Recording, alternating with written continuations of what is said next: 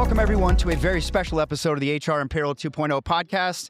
We are live at the World at Work Total Rewards event in San Antonio, Texas. And as always, I'm joined by the legendary Julie Fernandez. Welcome, Julie. Thanks so much, Pete. It's San Antonio, and it is cold for San Antonio. That's odd. Yes. Let's talk about what's very special about this episode. We're joining some colleagues, esteemed colleagues. Ooh. Yeah. Whoa. Right? Work definers. I'm sorry. Do you want us to go?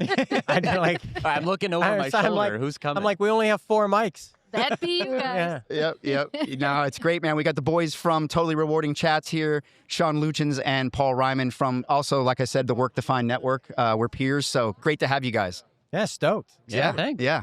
So here we are. This is my first World at Work event at all, especially Total Rewards, but I'm so excited to be here. Obviously, dips very heavily into my world of the pay and payroll and HCM. And of course, Julie is in and around the benefits and comp and Total Rewards world a lot. Yeah. So look, it started yesterday, if I'm correct. Yep. What have you guys taken in the last 24 hours? What do you think? Is this your first one? Oh goodness, God, no. You guys are like OGs, right? I was trying to explain to my wife that I think my first one was in 2004. So I've been in and around it for about 22 years now. Nice. I've spoken, I think, 9 of the last 15. So I've been here a lot. I knew it. It's bigger, right? I think that's one of the cool things about this event is it's growing, and they've got ambitions for it to be even bigger next year. It probably will come up in the conversation. So there's an energy level. There's multiple sort of lanes of World at Work, right? There's Total Rewards, but what's the other one? There's another couple, aren't there? There's a few different tracks when you're here. Of the professionals that are here, there's definitely comp nerds like us. There's some people that are more benefit-centric, but they also have an HR at TR, which is for think of the solo HR practitioner or the multidisciplined HR practitioner. Yeah. How can they sort of scale up? Yeah. So there's not multiple World at Work events. There's one, and then there's... Oh, I see what you're saying. Is that what you're saying? No, sorry. There's only one event here. Okay. But you could speak more Well, to so they have this portfolio. annual conference. Yeah. Right? Yeah. So think of whatever's coming to Nashville, payroll. Paycon, Global Paycon, whatever, that type of thing. Okay. Right? And there are multiple tracks here. So you'll see some on compensation, some on benefits. Yeah. You'll see some on, how to be a better professional. Obviously, I have not attended any of those in 25 years. He skips those. I skipped those. Yeah. There's all those different tracks that are there. And then they do have local affiliates throughout the country. There's 49 local affiliates throughout the country. So and they'll have their own sessions through the year. And so smaller regional ones. Yeah, but when you're here, there are those kind of different types of tracks. And then in each one of those, there is usually like anything else, you're new to it. How do I do this? And then there's some advanced stuff. Yeah. And then this year, we made it all of 3 minutes and 47 seconds in without saying AI. Yeah. There's some AI. We're going to get to that. There's some cool, interactive sessions where Paul can talk about more, where he's leading somewhere. It's kind of hands-on. Yeah. So there's lots of different formats. One thing I really love about the growth in this area is it used to be you had a benefits leader and a compensation leader. And now almost everywhere, especially in large enterprise, you have this total rewards leader, right? So comp and ben come together, but it comes together with all these different things as well. Payroll is wedged in there sometimes, Wellness is becoming a whole thing all on its own. So I think it's natural that it's growing and super healthy. And I bet it's just going to keep going that way. So Totally. This is such an important part of the HR, all the lanes of HR, right? I mean, compensation is why we're all coming to work, right? I mean, let's be honest. You don't pay, nobody's in the office. It's not difficult. Yeah, right? I mean, unless you're TSA, I guess. Thanks, guys. Thank you. Boy, was it nice to see that? I saw so many people thanking them in the airport. I mean, it's like payroll, right? I mean, when the lights don't come on, nobody cares until oh my goodness, we can't switch the light switch on. I thought that was really nice, refreshing positivity in the airport yesterday. I saw a lot of that, just thanking and hugging and I'm from Chicago. There's no positivity at the airport. No People positivity. are still frustrated. But yes, there was at least there wasn't the negativity. Let's put it that way. That was our version. That's something. It's a step forward. That's right. I think it's a lot like payroll, and I've talked about this in the past, right? Yeah. There's a lot of opportunity to do better and help with all the information that's out there now. Yeah. But in the past, right? I mean, who here that's listening has sent a letter to, payroll or to HR and said, hey, thanks for getting my paycheck Right, never. 52 times. Never. Right? No. It's right next to, in the drafts, next to the one that says, thanks IT for my email working. Yeah. Right? I think there's very similarities there, and they are, you and I have talked a lot, Pete, about it's converging those two departments because they have to, much like you said, Julie, in the past. Comp and Ben are now merging. Yeah. We've even been exploring a little bit. I'm going to be selfish here about my payroll championing. But one of the things that I sort of talked about a few years ago is this idea that payroll and the pay experience are getting, obviously the facilitator, but there's so much more behind the scenes of that. And we've actually even brought on a few leaders who are we're finding where payroll is getting nestled underneath total rewards with comp and ben. Mm-hmm. And I love that alignment. I thought it was a little bit of an enterprise thing, but we've come across a couple of mid-market, small market employers that are doing that. And maybe that's out of necessity. When you're down market, you kind of got people wearing multiple hats. My wife, for example, works in a small company. She's in the finance department, but they found out she has an HR background. They're like, hey, guess what? So she's kind of like the part-time local HR. But no, I love that. To me, that sounds very purposeful, right? When you think about the experience people are having with their compensation, it's much bigger than that pay slip that's coming out every week. Yeah. Right. And there's a lot of thought that needs to go into that. And I think all of those things need to work very, very synergistically to bring about an experience for the people to help them fill their goals. And not everybody's goal is to make the most money. Sometimes it's, I joke around about my daughter, right, with her dog. I always say, like, having time off with the dog and pet insurance is key to her, right? I mean, that's, Yeah. But really, every employee's got this different lens and desire that they have for their pay. I love that there's more of a concentrated effort to make that an experience, right? And all around. So, that's so very cool. One thing I learned when I was in-house, I think we talked about this when you were a guest on our show, that as technology has made some parts of all of those jobs easier, the connectiveness becomes more important. So if there's a payroll issue, odds are it wasn't actually payroll's issue. It was most of the time the benefits weren't set up right, or no, the raise actually wasn't entered into the system. So we didn't know that we should change your pay rate, right? So bringing those roles together creates a more sort of centric process mindset. Yeah. I know that was my mission when I was in-house. Like, you fix it all. Like, make sure it works end to end, from hire to check. Yeah, got to work. Agreed. Yeah. So guys, what's just, look, you're gearing up. Obviously, I know you're presenting a little bit. You guys have been here for a minute. What's hot this week? What are you hoping to hear? What are you thinking as far as you're going into the week? I don't like doing this, but there is a lot of talk about AI, because there always is. I think the focus of this week is less about AI is going to change the world and more about, what do I do now? Yeah. Right? Yeah. Land the plane for me, please. Like, what can I actually do in the office tomorrow? So there's a whole space over on the other side of the floor here where it's like hands-on keyboard. Like, let's open your tool of choice, right? And let's figure out what's a good prompt look like, what's a bad prompt look like, what data should I put in, shouldn't I put in. So I think there's a lot around bringing those things to life, for sure, which is a newer emphasis. Yeah. Just given where we're at with that life cycle. I mean, look, the HR and the payroll and all of the communities, sub-communities within those lanes are very good about taking care of each other. And I noticed there's a lot more, especially around AI, of that happening, right? People coming together. How are you using it? What are you doing? Where are you succeeding? Where are you scared? Yeah. I think that's really, really awesome. But I don't know, are these events bringing that out and capturing that real, like, that genuine sort of community? I hope so. I think it is. I think so. I'll piggyback a little on where you were. Because we need each vibe, other, right? I think the vibe last year around AI was, oh shit. Yeah. Right? I mean, that was the vibe. And like, what is it? What's it going to do? Yeah. When are the droids going to take over? Mode, right? And this year, you're seeing kind of the sessions go back to, this is what we still need to do and how AI helps you do it, or specific AI things are actually happening. So I think that I think people are still freaking out about the roles. And I think it's going to bifurcate into two different spaces, right? You're going to have people who are like, I've been doing kind of Excel, nothing, not thinking work. They still need to have an oh shit moment, to be honest. Right? Yeah. I don't know payroll as well, but I am not yet run into the total rewards department that is over budgeted and overstaffed. Yeah, not yet. Right? Like, that department does not exist.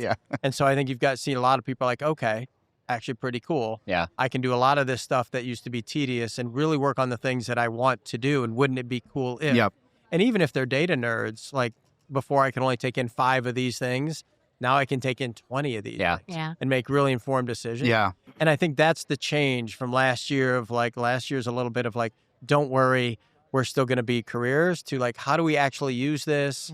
Should a vendor be responsible for the AI piece? What do you have to learn? Like, that has really changed this year. And I think that's why you saw, like, sorry, Paul, you're not the only one out there in the session. There's some really cool people. Which only one with a bow tie. Only one with a bow tie. There you go. Some really love cool the bow tie, people, all that are practitioners, not just vendors, walking through the AI skills lab area, which is super cool. It is. Right? I think that's so important, because benefits and comp teams, total rewards people, are usually part of a specialized team, right? So they deal with, like payroll, they deal with some of the most, touchy-feely information everybody's afraid of. So you can't just go through the regular routes and ask the same folks internally, how can I use my AI? You really want to hear from your peers and colleagues, and there might not be a huge team internally to your organization. No, that's why I'm such a big driver of the affiliates and then these meetings. Yeah. It's a huge chance to come, which is why it's so cool. It's practitioners in there sharing what they've done. I mean, let's be honest. When's the last time you were like, I want to go meet somebody new, fun and cool. Let me troll over to HR. Yeah. Like, that's not where people go. Usually if someone says go to HR, what's your first thought? What did I do? Another shit moment. Yeah. Like, that's the thing, right? And so I think they are in this insular world where it is, and you can't talk about stuff, right? Yeah. You can't sit in there and say, like, I need to talk about this financial situation or someone's pay. Yeah. There's no one there. But, that's part of the problem. Like, we got to shake that, like, guidance counselor, stigma of HR and realize that it is a strategic partner to the business. They're not there to harm or be the fun police, as I like to say sometimes. They're, hopefully there to sort of guide the business, hopefully, and guide people to their best as well. So, yeah. So look, what are you guys personally hoping to get out of this week? Anything you got personal agendas otherwise where you're kind of hoping to learn certain things, or besides this? Besides this, the highlight. The highlight of the week. Yeah. Any certain restaurants you're trying to hit? Any swag you're looking for? We had a little swag conversation before this. I hear you guys have some good stuff. I don't know. We got the hats behind us. I know we got to do at least one session. Yeah. Are the hats? I can't see actually behind me. Are they? The hats are down on the front. No. There's those hats, but the cowboy hats. Oh, the cowboy hats with lights are behind us. Yeah. That's all right. All right. Yeah, I think it's interesting with the swag. I want to go through and kind of align sometime the brand to what they're giving away. Yeah. Thing.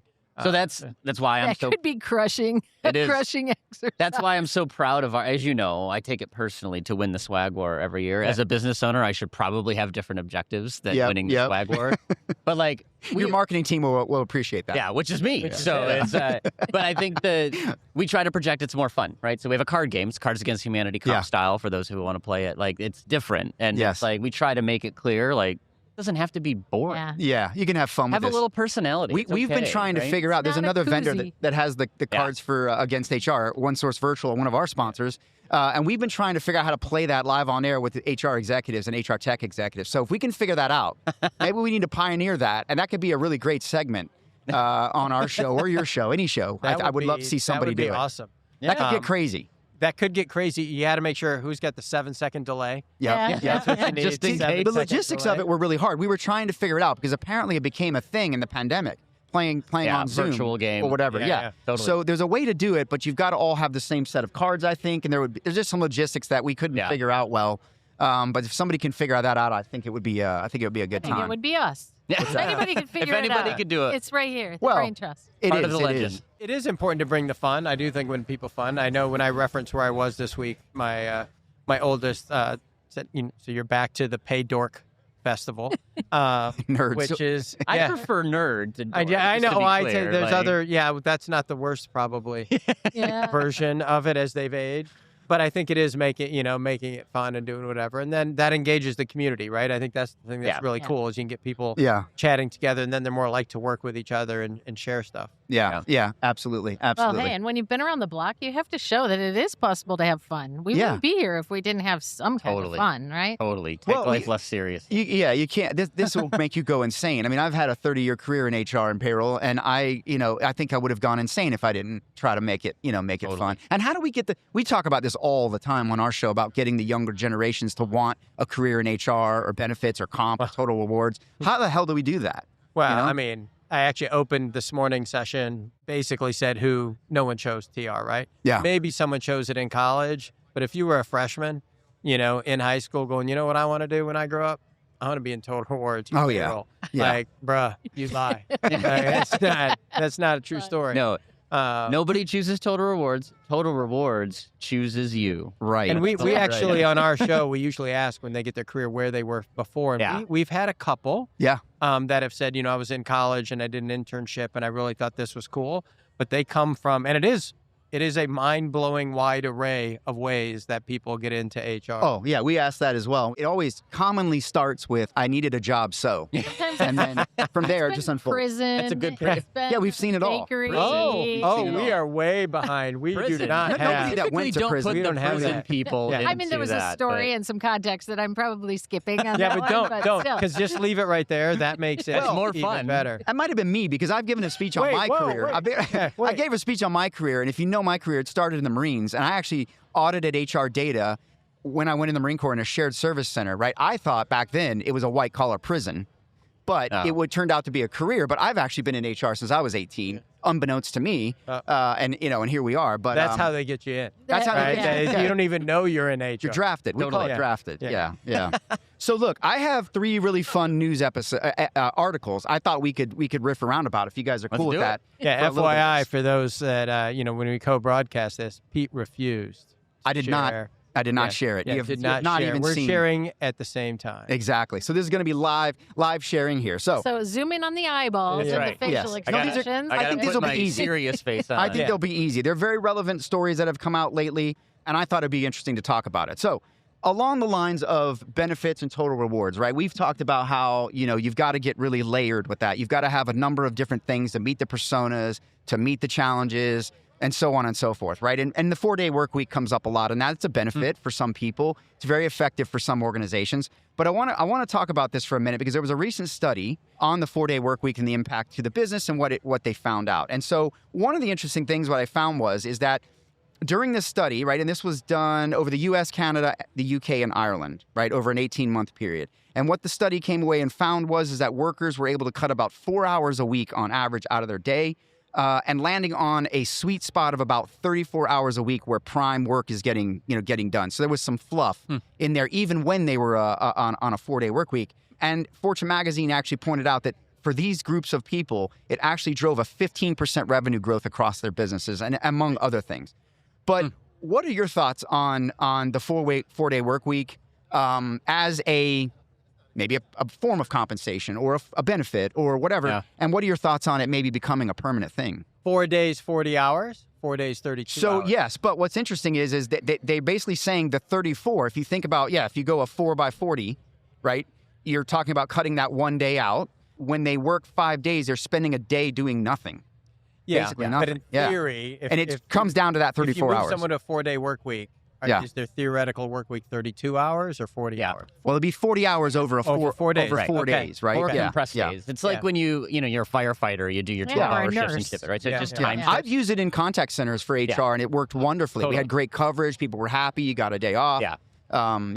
So there's a general answer, and then I think there's a within our space answer. So within rewards, I actually had the opportunity to lead somebody who worked a 4-day sort of time-shifted work week.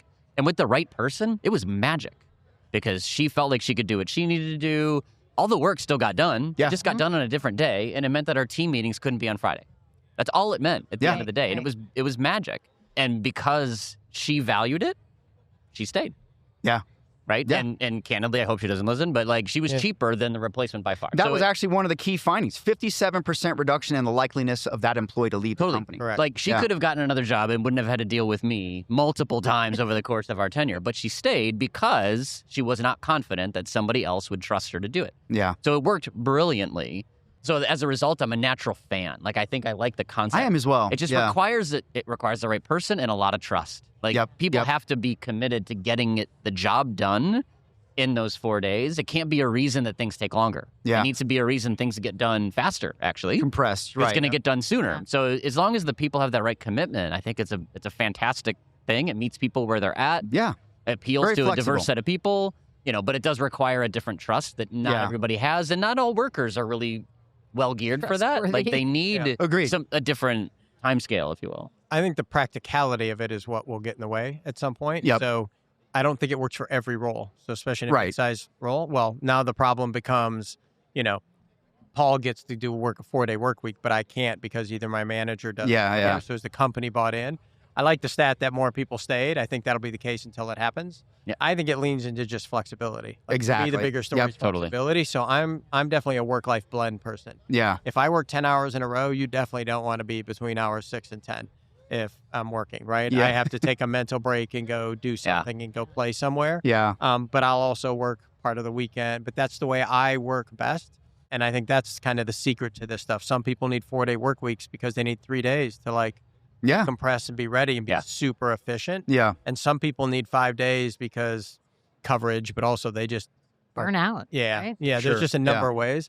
So I think it's a cool concept. My practicality always is, how do you deal with those issues? It's like if you give bonuses to one team, you know, in the same area, not the other team, like how do you make it right? It's going to create huge satisfaction for one team. What about the other team? Yeah. And so I think the practicality of making it happen, I'm all for it. Like get out and play.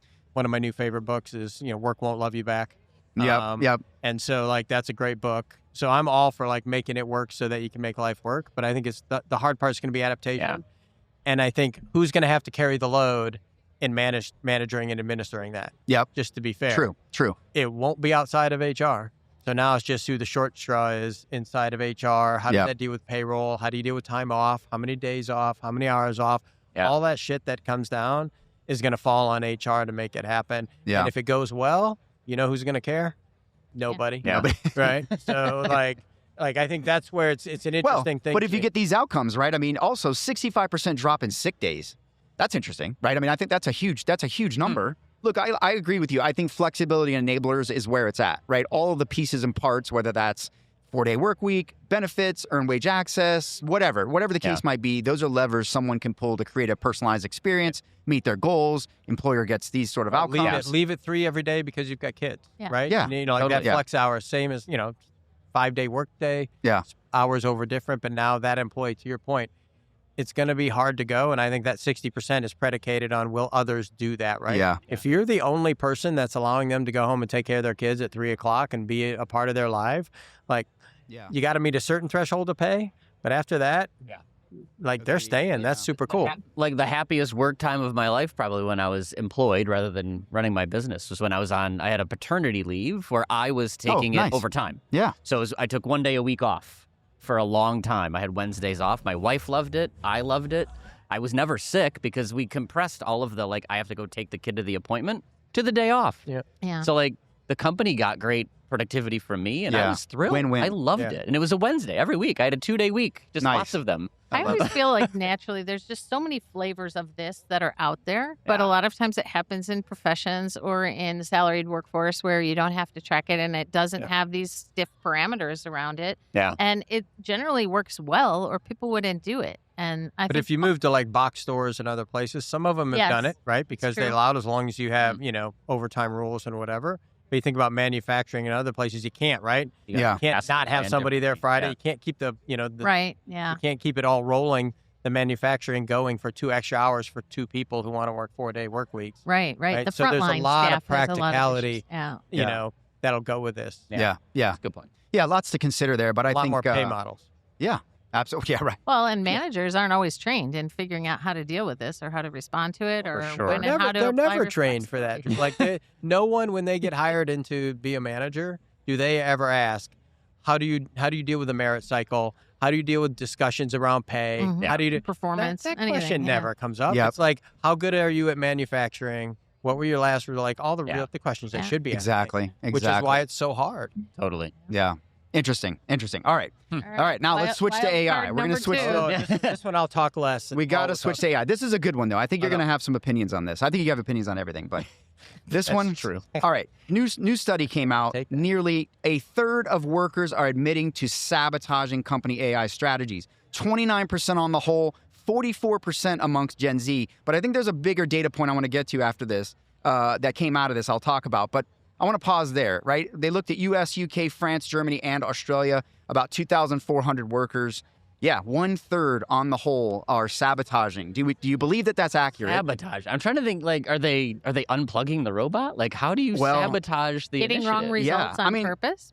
Poor prompting? Or just loading up bad data? Yeah. Not using it, I could see. That's where, if that's it, like just saying no thanks, that makes sense, or I'm going to use my own tool instead of the one they want me to use. I believe that there are people who aren't buying in to what my company is telling me they want me to do. 24% are fearing layoffs. So that's maybe that's why, right? I mean, obviously, I think that's probably the underlying thing here. But look what corporate America is doing. They're blaming layoffs on AI results that they don't even have yet. Well, here's what I think is the bigger story in this that I actually think was completely overlooked.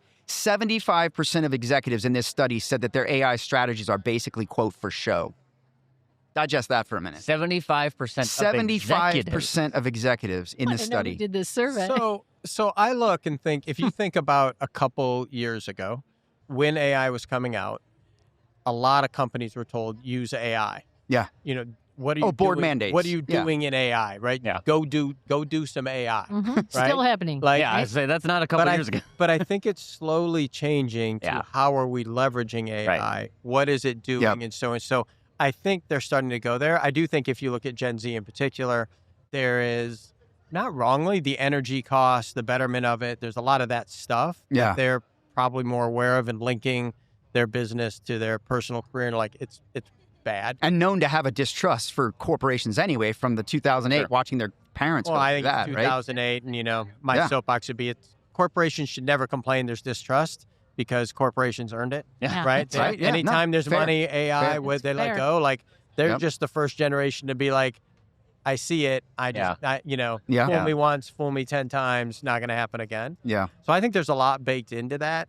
I don't know what sabotage, I'm very curious on sabotage, like not using it, like, okay, that's different than... It sabotages the initiative, though, right? Because I think your point is if I'm not going to use it, well, then it's not producing gains. As a result, they're going to see there's no measurable results, right? And it's job preservation. Like, I would believe that thesis. I think that's a lot out there. There is a lot of self-preservation. So if you think about we need to use more AI, and in the news, every company's over there saying, we're doing layoffs due to AI. I mean, it's not a giant leap to be like, do you want me to train the robot that's going to replace me thing? Right, selling Thanksgiving to turkeys. Yeah.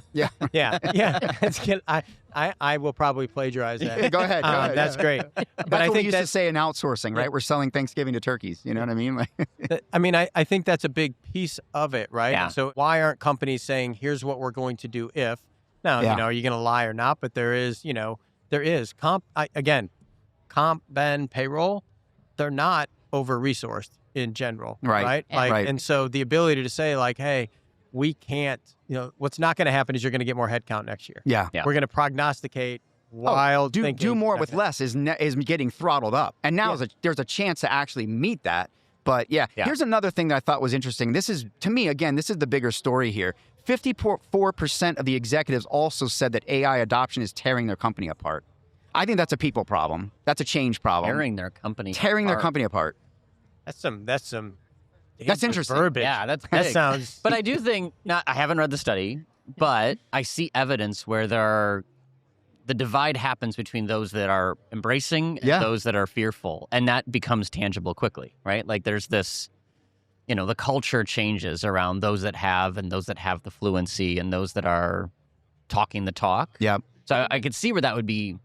The cynic in me is thinking, we've all gone through days where senior leaders couldn't get into their own email and needed somebody with boots on the ground to do that for them. So, while I think that has long changed, I also am not sure that some of the senior-most leaders in organizations are the guys who are trying to figure out when and how do I safely use AI and what can I put into it, right?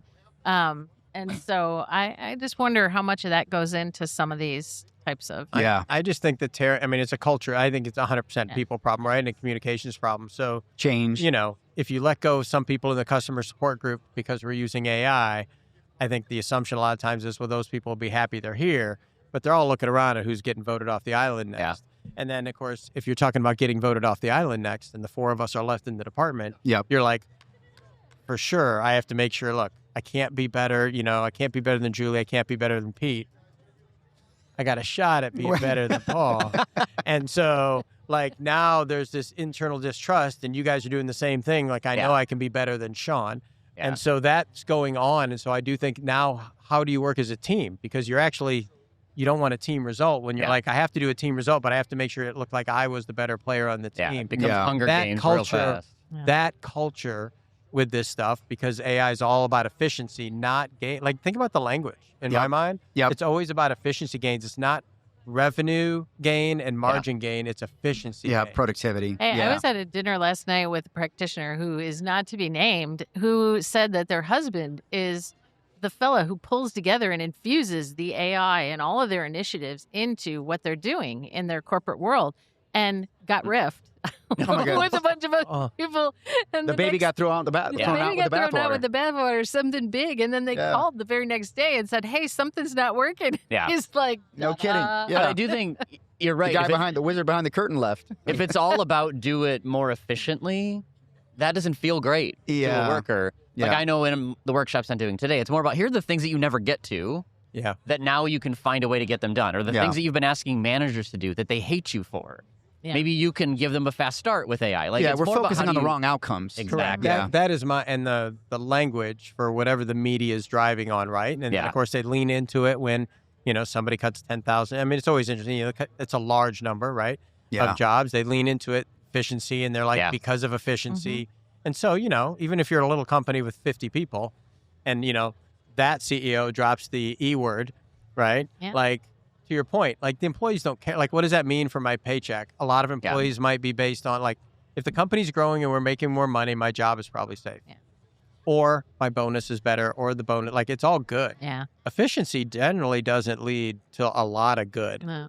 Rightly or wrongly, I think AI is going to be the fall guy for a lot of, what's happening from an organizational standpoint, probably for the foreseeable 3 years. Yeah. All right. Well, Number 3. Let's table that one. We're gonna move into your world, salaries, right? We're compensation, right? Salary.com. And we're gonna stay on Gen Z, right? We got to beat up on Gen Z. I love Gen Z. I got Gen Zers at home. I love studying them. Yeah. Okay. So again, another study. Gen Z wants ambition, but they without the old trade-offs. So in a new report by KPMG, Gen Z said they would give up $5,000 in salary on average for better work-life balance, right? But 92% of them still want or expect to reach senior executive levels in the C-suite. Can you do that with without work-life balance, or with work-life balance? Is that possible? Is maybe AI going to be the answer to make that possible? I think that's it's a similar finding as what I know the folks over at Levels FYI found when they were looking at like people were willing to accept lower offers for remote over going into the office 5 days a week, right? So it's not exactly the same thing, but you can quantify now the value of flexibility. I don't see why it has to be a trade-off, would be my answer, right? Why is it that how I work affects what I'm able to ascend to within an organization, right? Like, outcomes should win, not showing up. Yeah. What your outcomes are, agreed, is the biggest piece. I think you can definitely have work-life balance. Like, I've found that. It's kind of get your shit done. I think it's finding the right place. Mm-hmm. Legitimately, I ask a lot of people when they're like, I'm going to switch jobs, I'm going to do whatever, I'm looking for this. My literal question is, what's it worth to you? And they're like, oh, no, it's worth a lot. I definitely want to work on it. I'm like, no, literally, go for a walk. How much less money would you take to take that job? And they're like, what do you mean? I'm like, it's a literal number. Like, that's how pay works, by the way. It's pay ranges. Yeah. You're taking, and, a lot of times they'll come back and they'll be like, well, I take $2,000 less. Well, that's not less. Nobody gives a shit about $2,000. Right. And you take $20,000. Like, what's a legit number for you? 5 for their average salary is probably in the $50,000. That's 10%, right? That's probably legit. I think that's true. And I think a lot of the can you get it done? Gen Zers want different stuff. When I work for them, they don't not work hard. Like that's true. They misconstrue when they want to work and kind of what they want to wear when they're working and whatever. With how hard they'll work, they'll bust their ass. Yeah, like, I think they understand the general contract that you talked about. Yeah. You get paid, you bust your ass. Yeah, that's actually a key finding here, that Gen Z is rejecting traditional work norms, but they are aligned with the idea of hard work itself. So I think what that says to me is they're valuing quality over quantity, so to speak. If I can simplify it. I think at least I have Gen Zers as they too. should. When a Gen Z finds something, none of us started out knowing what the hell we wanted to do, right? We just didn't. When do we find out? Yeah, I don't know. Maybe John's still searching. Maybe before we end. But when they find something and they like it and they're kind of good at it, they are willing to lean into those traditional things. One of my sons is a finance guy, and in a large corporation, and close periods are a legit thing. And when it's closing week or closing month or whenever it is, you're going to be there no matter what your work balance desire is. Yeah. Or maybe you shouldn't like that career so much. Their boundaries are different too, right? Yeah. And I think there's expectations. So, my generation, a lot of time, you might answer email at night, you might do stuff. And to me, that's work-life blend. Yeah. Mm-hmm. And that's, if that management is expecting them, they have more boundaries. Like, they work, 9 to 5. Yeah. when I work 9 to 5, like I might have 30 minutes with Paul. I might have, I might call some other people. Like you're probably getting your 34-hour, your leverage on that. So for me, the commitment to that is I work other times. They just jam for that period of time. And it's business, and like the output is the same. And to me, it's output. That's what matters. All output. You're measuring production. It's the same argument as the 4-day workweek argument. Like if we start equating flexibility with like how hard you work, like that's the mistake, right? Yeah. Being flexible doesn't mean you work less. I have the most flexible life I've had in my career. I work more. It's just I can fit it around the things that I'm choosing to value right now, right? Like it's that's flexibility over input. It's output over input, right? When is the, is it output or input that you're measuring? Yeah. Like if it's just me sitting at my desk, is that the input or is the input the amount of effort they're putting in? Agreed. I do think the risk to care for there is similar to a risk that we've had forever in executives or making it to certain levels. And that is, people have falsified their credentials and their college background or degrees or whatever. And so I do think, that's not going to end anytime soon. There will be people who falsify outputs to the best of their ability. Now, even more educated falsification with AI and maybe done it through college a little bit to get through too. Yeah. And so everything just becomes more sophisticated when it comes to figuring out what's really authentic and what is BS. But once they're there, I think you can figure it out. Yeah. I'd highlight, I guess I could falsify and I can finally get that college education I've been looking for that I don't have. I can falsify that. I think it's more like in the hiring process because, there are guidelines around where you can go back in and I improved our department by this and improve that. AI can write it better and, how do you really check that? Once they're there, though, like you can check output, right? You can't bluff it once you're there, but... Agreed. Well, look, off the hot seat, gentlemen. Those weren't so bad, were they? Those are great topics, great conversations there, starters, I guess I would say. But yeah, man, this has been awesome. I've gone from 10 to 9 friends in Gen Z, though. Now. Yeah, we've lost some. No, we're pro Gen Z. We're pro Gen Z. We can actually loan you a couple of ours. No, I have one. You want an exchange program? And better yet, she's a solar engineer. And so I love it. Definitely not an AI fan. Because every time I'm using AI, she's like, how much energy did you just use and how much water? Like, no guilt. I don't need to know because you'll tell me. Yeah. What comes after Gen Z? Alpha. Have they named that? Okay, you can tell. They just come back around. What is their world going to be like? What are we going to be talking about? I got a couple of those. I can only imagine what's going to happen there. They're not talking about them yet, but it's coming. Man. I'm just so glad mine are old and off the payroll. It changes so fast now. Yeah. I gotta get mine off, but mine are all old. But anyway, no, this has been fantastic. I really appreciate you guys, and great to have you on the show. I would love for us to do this maybe more regularly as peers. But anything to add or close out on? Where can everybody get you? LinkedIn, I'm sure. Totally Rewarding Chats, I know on Work to Find. What else? Anywhere else we should come out? That's the easiest way. If you can't find Luitjens on LinkedIn and not figure out I'm one of my 2 daughters, then that's a you problem. Paul's also, Salary, and then Paul's at Novo Insights. Yes. But LinkedIn's always a great place to start. I love it. And actually, if you're from the payroll spot, your payroll, Novo Insights, because he won't say it, there's a great compensation landscape view of the space to think about the comp stuff. If you're a payroll person thinking about what it's like in the different tool buckets out there. They put in an inordinate amount of money, time that they probably don't get any money back from. On that landscape, and it's a really cool overview. I love it. Well, we'll include all those links, and enjoy the show. And thanks so much for teaming up with us, man. We really appreciate you guys doing this. Thank you to salary.com for hosting us as well. And appreciate you, man. I feel like we need to stack hands or something. You stack hands. That'll send them crazy. We'll break something. Awesome. Right, Until next time, guys.